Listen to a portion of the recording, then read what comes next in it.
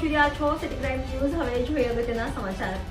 બગસરા શહેર ભાજપ લઘુમતી મોરચા પ્રમુખ શ્રી યુનુસભાઈ શેખ 2 દિવસ પહેલા કોંગ્રેસમાં જોડાયા હતા।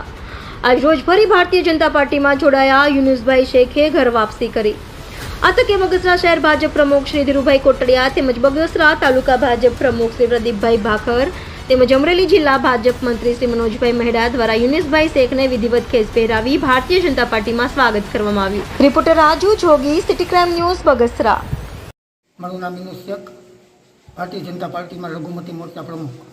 હમણાં 2 દિવસ પહેલાં જ મેં ભારતીય જનતા પાર્ટી છોડી અને કોંગ્રેસનો કેસ ધારણ કર્યો હતો। એટલા માટે કે અવારનવાર મિટિંગો અને સભાઓ થતી હોય, ત્યાં મારી અવગણના થતી હોય, એટલા માટે હું કોંગ્રેસમાં જોડાનો હતો।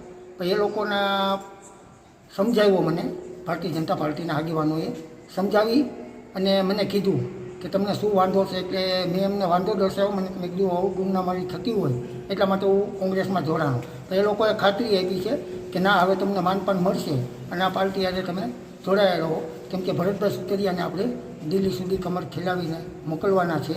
એટલા માટે હું ભારતીય જનતા પાર્ટી આજે પાછો રિપીટ જોડાયો છું। અમારા લઘુમતી સેલના યુનુસભાઈ શેખ મંત્રી તરીકેની અને ઇન્ચાર્જ પ્રમુખ તરીકેની પણ જવાબદારી સ્વીકારતા હતા। લઘુમતી મોરચામાં ખૂબ જ સારી એની કામગીરી હતી।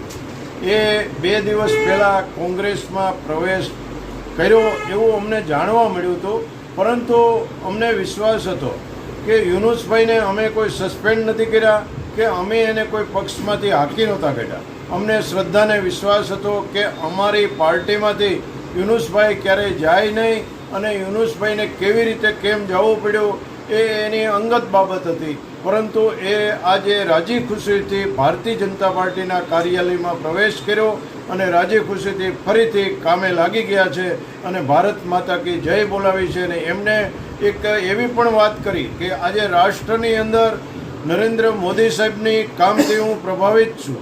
આજે રાષ્ટ્રની અંદર જો આવા વ્યક્તિ કામ કરતા હોય તો મારે કેવી રીતે જવું પડ્યું એ હું નહીં, પરંતુ હું હજુ પાર્ટીમાં છું અને પાર્ટીમાં કાયમીને માટે હું રહીશ એવું એમને અમને જણાવ્યું।